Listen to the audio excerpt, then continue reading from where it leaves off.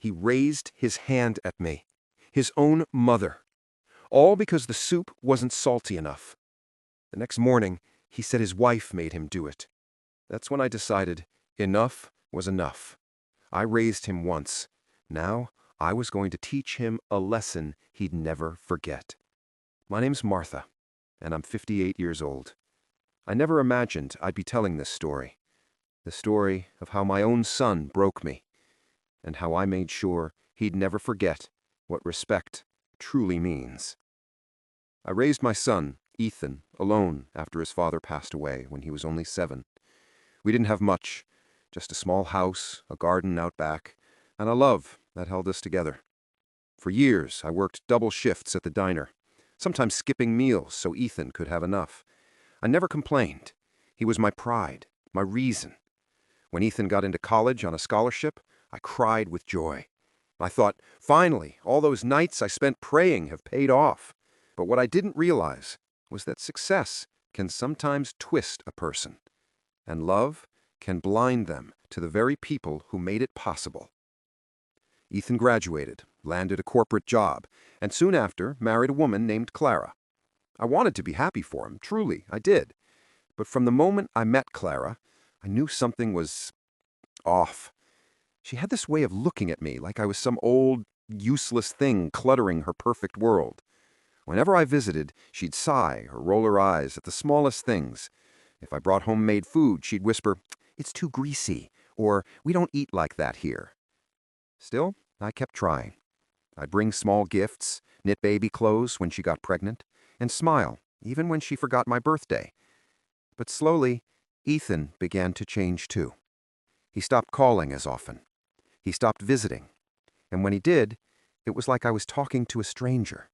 It happened on a cold Sunday evening. Clara had invited me for dinner. She said she wanted to mend things. I was surprised, but hopeful. I spent the entire afternoon cooking Ethan's favorite soup, the same recipe I used to make when he was a kid. When I arrived, Clara barely greeted me. Ethan was glued to his phone, barely looking up. We sat down, and I served the soup with a smile. Clara took one bite and made a face. "It's bland," she said flatly. I looked at Ethan, expecting him to defend me. Instead, he sighed, "Mom, could you try not to mess up dinner for once?" My heart sank. "I'm sorry, sweetheart, maybe I didn't put enough salt." Before I could finish, Clara said something under her breath. Ethan slammed his hand on the table, stood up, and yelled, "You never listen! You can't even follow a simple recipe!" And then he shoved the bowl away. Soup spilled across the table, and in a flash of rage, he hit me. Silence filled the room. Even Clara looked shocked for a moment. But only for a moment. Then she smirked and said she needed to learn respect. I stood there, trembling. I didn't cry. I didn't scream. I just picked up my things and walked out. That night, as I sat alone in my little apartment, my cheek burning and my heart shattered, I made a promise. They thought I was weak. They forgot who taught him everything he knows. And that night, I began planning my revenge. I knew Ethan and Clara were living beyond their means. A fancy house, new cars, expensive vacations, all on Ethan's salary, which wasn't that high. Clara had convinced him to start a side business, a luxury catering company. I also knew something Ethan didn't realize. That business was registered under my name. Years ago, when he was fresh out of college, I helped him file paperwork for his first company idea, and he never changed the registration info. Legally, it was still mine. So I began digging. I visited their suppliers, checked invoices, reviewed the accounts, and what I found made my blood run cold. Thousands of dollars in unpaid bills, false tax reports, and Clara's name all over shady contracts. They were in deep trouble, and all of it was under my legal ownership.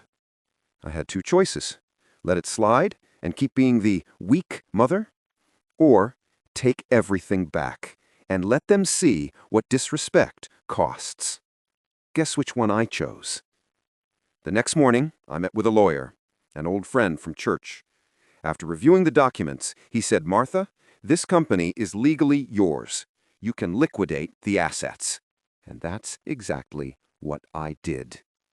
Within weeks, I froze their business accounts. Their catering events got canceled. Their clients pulled out. Clara panicked, called me, and begged me to undo the mistake. I told her calmly, "Mistake? The only mistake I made was raising my hand to feed the ungrateful." Ethan came to my apartment days later, furious. He shouted, called me names, said I'd ruined his life. I just looked him in the eye and said, "No, son, I just gave you a taste of your own soup." He didn't have an answer. He just stood there, silent, defeated. Within a month, they had to sell their house. Clara left him shortly after. Ethan lost his job because word got out that his business had legal issues. And me? I went back to my quiet life, tending my garden and drinking coffee in peace. People often ask me if I regret it, if I wish I'd forgiven him instead. The truth is, I forgave him long ago, but I needed him to learn, because love without respect is nothing. Sometimes the sweetest revenge isn't rage or ruin. It's teaching someone the value of what they destroyed. To any parent listening, never let your child or anyone else make you feel small. You raised them. You sacrificed everything for them. And if they ever forget that, you have every right to remind them who you are.